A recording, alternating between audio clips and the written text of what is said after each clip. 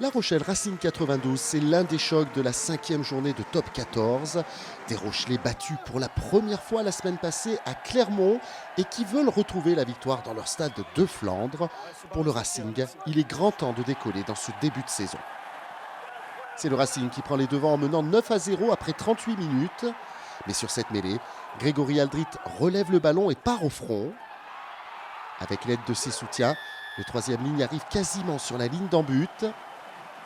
L'action se développe au ras du regroupement pour échouer une nouvelle fois au pied des poteaux.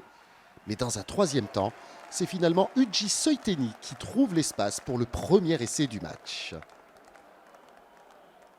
On revoit l'excellent travail de la mêlée rochelaise et le départ du troisième ligne international.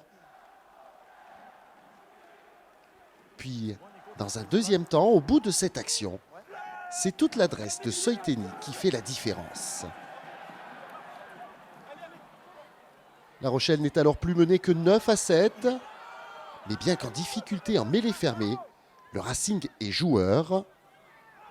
Les Franciliens passent d'un côté à l'autre du terrain. Et la ligne d'attaque va profiter de la largeur et surtout de ce judicieux jeu au pied de Chavancy pour mettre la pression sur Teddy Thomas.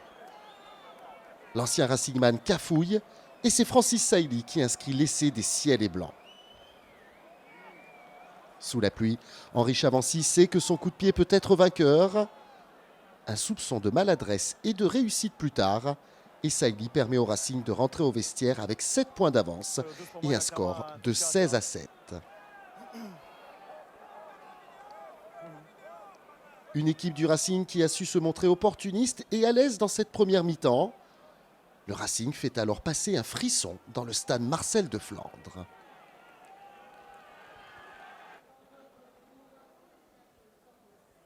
Car La Rochelle est bousculée. Mais les Maritimes reviennent à 16-10 en début de seconde période. Et à 12 minutes du terme, la mêlée rochelaise fait encore mal. Une fois encore, c'est Grégory Aldrit qui déclenche l'attaque. Les pick and go s'enchaînent efficacement. La défense du Racing plie peu à peu sous les coups de boutoir. Et c'est finalement sur les extérieurs que Teddy Thomas pointe le deuxième essai des locaux.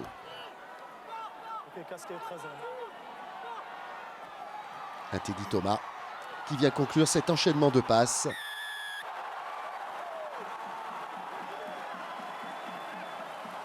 Et qui permet d'optimiser la bonne utilisation de la largeur, comme on le voit sur le ralenti. D'abord au ras, puis ensuite sur les extérieurs à l'initiative de Kerr Barlow. Le Stade Rochelais passe enfin en tête au tableau d'affichage, mais mène par la plus petite démarche, 17-16. Tout cela avant de donner le coup de grâce à 4 minutes de la fin. Grégory Aldrit fixe et consume la défense.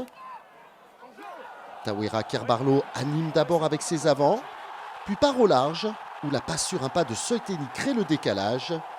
Pierre Boudouin évite le dernier plaquage et délivre le Stade Rochelais. La Rochelle qui fait le break grâce à l'excellent travail de son 3/4 centre. Pierre Boudouin qui passe entre 3 défenseurs du Racing pour aller inscrire l'essai entre les poteaux. Avec la transformation de Dylan Leeds, ça fait 24-16. Dans les tout derniers instants, l'Écossais Finn Russell arrache le bonus défensif pour un Racing 92 finalement battu 24-19 dans cette rencontre.